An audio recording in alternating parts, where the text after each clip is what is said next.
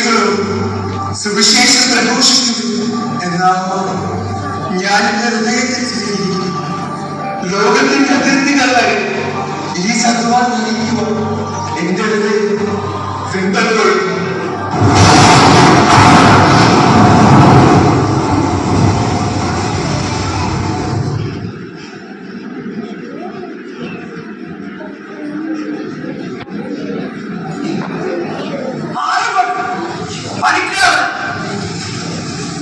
പണം വാങ്ങിച്ചാലേ തിരിച്ചു കൊടുക്കാൻ പഠിക്കണം.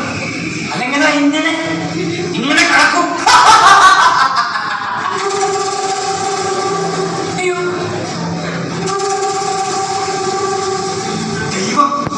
ദൈവത്തിനൊന്നും നിങ്ങളെ രക്ഷിക്കാൻ പറ്റില്ല. ഞാൻ രക്ഷിക്കാം. നിന്നെയൊക്കെ ആര് രക്ഷിക്കാൻ?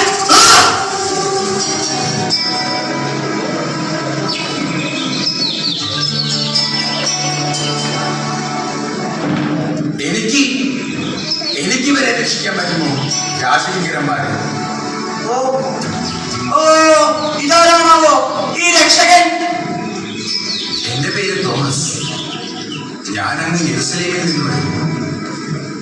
രാജകിങ്കരന്മാർ എന്നോട് പറഞ്ഞു, ഇവർ ചെയ്ത തെറ്റെന്താണ്? ഇവരെ നാട്ടുരാജ്യത്തിൽ കരം കൊടുക്കാൻ കഴിവില്ലാത്തവൻ അടിമവേല ചെയ്യണമെന്നാണ് ഇവിടുത്തെ നിയമം. രാജകൽപ്പന അനുസരിച്ചാണ് ഞങ്ങൾ ഇവരെ കൊണ്ടുപോകുന്നത്. അവരെ അവരുടെ തൊഴിൽ ചെയ്യാൻ അനുവദിക്കും. കടം അവര് തന്നു വെച്ചിക്കോളും. കടം വിട്ടാലോ? ഇവനോ? ഹേ മനുഷ്യ, ഇവനും കുടുംബവും കടം കൊടുക്കാനുള്ളത് കുടുംബകൂടി ഇപ്പോ എത്രയായെന്ന് അറിയാമോ? 100 വെള്ളിയാണ്.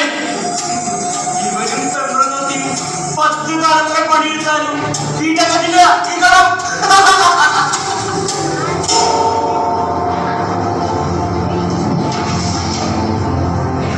സർവശക്തനായ ദൈവം, സകലത്തിന്റെയും സൃഷ്ടാവ്, അശക്തന്മാർക്കും ആലംബഹീനർക്കും തുണയായവൻ, പാവപ്പെട്ടവന്റെ നിലവിളി കേട്ട് അവന്റെ കണ്ണുനീർ തുടയ്ക്കുന്ന ദൈവമേ, ഈ പാവങ്ങളുടെ നിലവിളി കേൾക്കണം. ഇവരോട് കരുണ തോന്നി അങ്ങയുടെ അത്ഭുതകരമായ കരുണ അടയാളങ്ങളിലൂടെ സംസാരിക്കണം. അങ്ങയുടെ പ്രിയപുത്രനായ യേശുക്രിസ്തുവിന്റെ നാമത്തിൽ ഇവിടെ അത്ഭുതങ്ങൾ സംഭവിക്കട്ടെ. അങ്ങനെ ഞാൻ വിശ്വസിക്കുന്ന എന്റെ ദൈവം യഥാർത്ഥ ദൈവമാണ്. കേൾക്കുന്ന ഈ ജനം മുഴുവനും അറിയട്ടെ.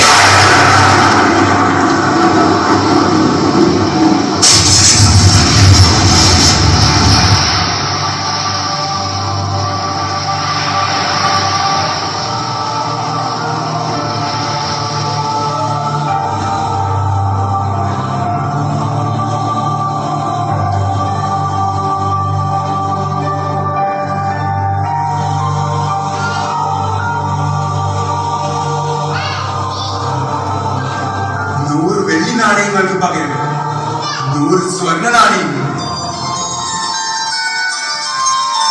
ഇത് സ്വീകരിക്കും.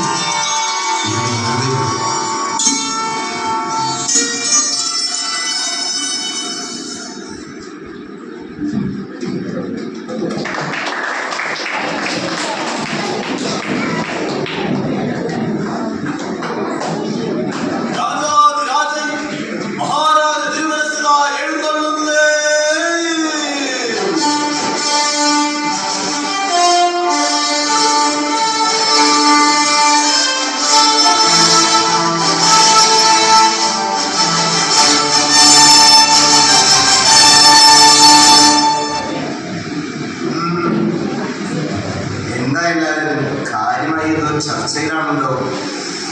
ഒന്നുമില്ല പ്രഭു. ഇവൻ എന്തൊക്കെയോ കണ്ടുപേടിച്ച് വെറുതെ എന്തോ പിച്ചും പേരും പറഞ്ഞുകൊണ്ടിരിക്കുക. ഞങ്ങളുടെ കണ്ണുകൾ കണ്ടത് സത്യമാണെന്ന് അത് വിശ്വസിക്കാതിരിക്കാൻ ഞങ്ങൾക്കാവില്ല. എന്താണ് നിങ്ങൾ കണ്ടത്? എന്താണ് നിങ്ങൾ ഇത്രയും മാത്രം ആശ്ചര്യഭരിതനാക്കിയത്? നമ്മോട് പറയൂ. ഞങ്ങൾ എന്നൊരു മനുഷ്യനെ കണ്ടു. വെറും മനുഷ്യനല്ല, ഒരു ദൈവ മനുഷ്യൻ. അവൻ ആജ്ഞാപിച്ചപ്പോൾ കടലിൽ നിന്ന് മത്സ്യങ്ങൾ കരയിലേക്ക് ഉയർന്നു വന്നു. അവരുടെ വായ തുറന്നപ്പോൾ അതാ നിറയെ സ്വർണ്ണ നാണയങ്ങൾ. അവനത് ഞങ്ങളെ ഏൽപ്പിച്ചിട്ട് ആ അടിമയെ കൊണ്ടുപോയി. ഇതാ ആ സ്വർണ്ണ നാണയങ്ങൾ.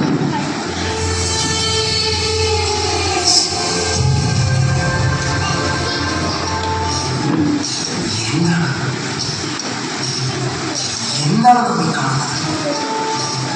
അത്ഭുതമായി. ആരാണ് ദിവ്യപുരുഷൻ? രാജാവേ, ഇതിൽ എന്തോ തട്ടിപ്പുണ്ട്. ഈയിടെ കുറെ തട്ടിപ്പുകാർ അറിയപ്പെടുന്നതാണ് തോന്നുന്നത്. അത് സ്വർണ്ണമായിരിക്കില്ല, മത്സ്യങ്ങളുടെ മത്സ്യങ്ങൾ മണ്ടത്തരം. രാജാവ്, ഞങ്ങൾ പറയുന്നത് സത്യമാണ്. ആദ്യം ഞങ്ങളും സംശയിച്ചിരുന്നു, എന്നാൽ ഇത് സ്വർണ്ണം തന്നെ. എങ്കിൽ എന്തുകൊണ്ട് നിങ്ങൾ അവനെ ഇവിടെ കൂട്ടിക്കൊണ്ടുവന്നില്ല? ആട്ടെ, അവനിപ്പോൾ എവിടെയുണ്ട്? അവൻ എങ്ങോട്ടാണ് പോയതെന്ന് ഞങ്ങൾക്ക് അറിയില്ല പ്രഭു. ആ തനി തങ്കത്തെ വിട്ട് കളഞ്ഞോളാം. അവൻ എവിടെയുണ്ടെങ്കിലും നമ്മുടെ മുമ്പിൽ ഹാജരാക്കണം. ഇല്ലെങ്കിൽ നിങ്ങളുടെ രണ്ടിന്റെയും തലവയും പൊക്കോ.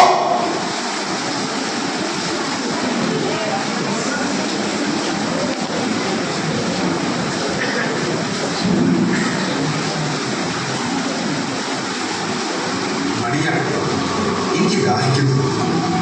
കുടിക്കാനല്പം വെള്ളം തരുന്നു. തമ്പ്ര അരുത്. അന്ന് അടിമയുടെ കുടിയിൽ വന്നാൽ തന്നെ ഞങ്ങളുടെ സുഹൃത്തും ഞങ്ങൾ കൂടെ താമസിച്ചാലുകളുടെ പത്തിൽ നിന്നും ഒന്നും കഴിച്ചുവിടാം. മനുഷ്യരെല്ലാവരും ഒന്നാണ്. ദൈവത്തിൻ്റെ മക്കൾ. സർവശക്തനായ ദൈവം സ്വന്തം ഛായയും സാദൃശ്യത്തിനും സൃഷ്ടിക്കപ്പെട്ടു. അവർക്കിടയിൽ ജാതിയുടെയോ മതത്തിൻ്റെയോ വേർതിരിവുകളില്ല. ഇന്ന് ഈ ഭാഗത്തിൽ നിന്ന് ഞാൻ ഭക്ഷിക്കുന്നു. എന്താണ് നിന്റെ കയ്യിലുള്ളത്? എന്ത് തന്നെയായാലും കൊണ്ടുപോയി.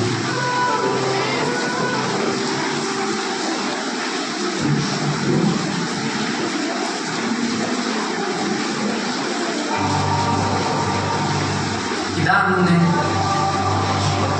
ദൈവത്തിൻ്റെ വാത്സല്യമുണ്ട്. യേശുവിനെ സ്വന്തമാക്കാൻ വിളിക്കപ്പെട്ടത് നിങ്ങൾക്കെല്ലാവർക്കും നമ്മുടെ പിതാവായ ദൈവത്തിനും കർത്താവായ യേശുക്രിസ്തുവിനും സമാധാനം. പിതാവ് അങ്ങയുടെ തൃക്കരങ്ങളിലേക്ക് ഈ ഭക്ഷണ പാനീയങ്ങളെ സമർപ്പിക്കുന്നു. അനേകർക്ക് വേണ്ടി തന്നെ മുറിച്ചു വരുന്നു. അങ്ങയുടെ പ്രിയപുത്രന്റെ ഓർമ്മിക്കാൻ ഞങ്ങളിതാ പരസ്പരം സ്നേഹനിധിയായ പിതാവ് ഈ ഭക്ഷണ പാനീയങ്ങളിൽ ആശീർവദിക്കുന്നു. പ്രിയ സഹോദരൻ, ഇതിൽ നിന്ന് ഭക്ഷിക്കുന്നതിന് മുമ്പ് നിങ്ങൾ നിങ്ങളെ തന്നെ ശുദ്ധീകരിക്കും. ദൈവസ്നേഹത്തിനെതിരായിട്ടുള്ളതെല്ലാം നിങ്ങൾ ഭക്ഷിക്കും. നിങ്ങളെ ദ്രോഹിച്ചിട്ടുള്ളവരോടെല്ലാം ഹൃദയപൂർവ്വം ക്ഷമിക്കുന്നു. അങ്ങനെ ദൈവമക്കളുടെ സ്വാതന്ത്ര്യത്തോടെ ദൈവത്തെ പിതാവെ എന്ന് വിളിക്കും. അവിടുത്തെ മാറിൽ ചലിക്കും.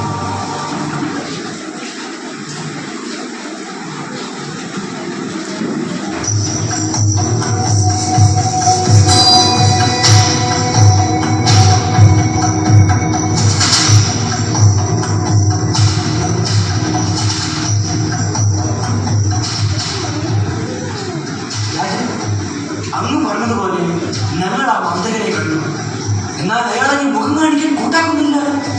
സമയമാകുമ്പോൾ അയാൾ തന്നെ ഒന്ന് കണ്ടുകൊള്ളാമെന്ന് അയാൾ പറഞ്ഞത്. അയാൾ നമ്മൾ വിചാരിക്കുന്ന പോലെ വെറും ഒരു മാന്ത്രികനല്ല. പിന്നെ അയാൾ ആളോട് ഒരു പുതിയ ദൈവത്തെ കുറിച്ച് മറ്റു പറയുന്നത് ഞങ്ങൾ കേട്ടു. എന്ത്? അവനർത്ഥിക്കാരൻ.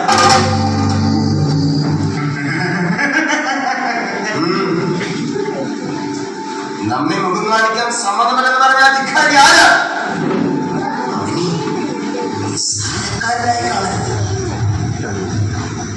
തോമസ് എന്ന അവന്റെ പേര്.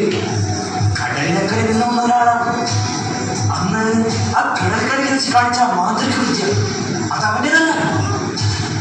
ഗുരുവായ യേശുക്രിസ്തു അവനിലൂടെ കാണിച്ചതത്രേ.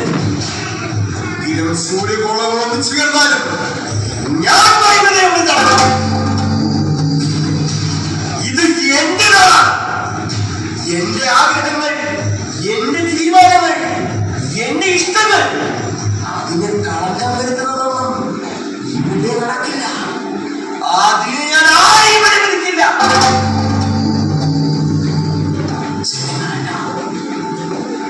അവന്റെ കൂടെ ജനങ്ങൾ അവന്റെ കൂടെയാണുള്ളത്. നമ്മെ അസ്വസ്ഥരാക്കും. തന്റെ തോട്ടത്തിൽ താൻ നടാക്കിയൊന്ന് വളർന്നാൽ അത് മറ്റു ചെടികൾക്ക് ദോഷം ചെയ്യുമെന്നറിഞ്ഞാൽ എത്ര നല്ലതായാലും പിഴുതിലാകാതെ ചെയ്യാം. ഗുരുവിന്റെ ജീവൻ കുരിശിലാണെന്നുണ്ടെങ്കിൽ ഇവന്റെ ജീവൻ ഉന്നത്തെ നിൽക്കട്ടെ.